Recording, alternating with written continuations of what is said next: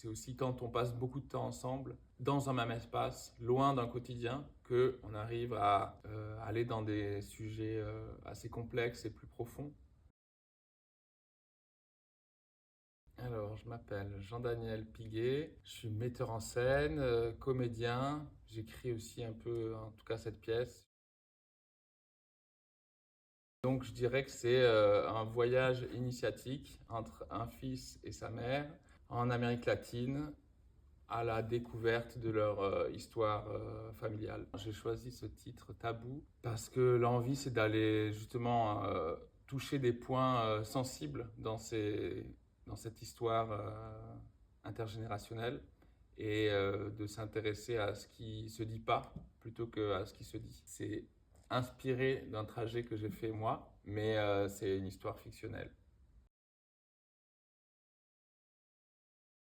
Effectivement, on a travaillé notamment avec Laetitia Pinoja sur la question du cacao, en fait, qui était à la base un des points de départ du spectacle, mais qui finalement prend une petite place dans le spectacle. Et ce qui était très intéressant et qui nourrit le spectacle, je pense, c'est comprendre plus généralement la place de la Suisse dans ce commerce-là et de voir comment l'histoire, de manière plus globale, laisse des traces sur le présent aujourd'hui.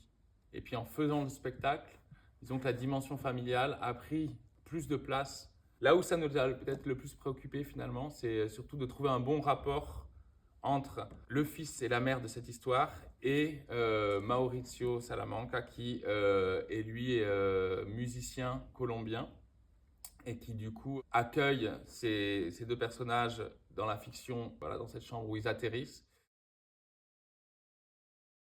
Dans les discussions que j'ai pu avoir avec ma mère ou avec des amis, c'est aussi quand on passe beaucoup de temps ensemble, dans un même espace, loin d'un quotidien, qu'on arrive à aller dans des sujets assez complexes et plus profonds que parfois dans la vie ordinaire, on n'arrive pas à aborder parce qu'on n'a pas le temps.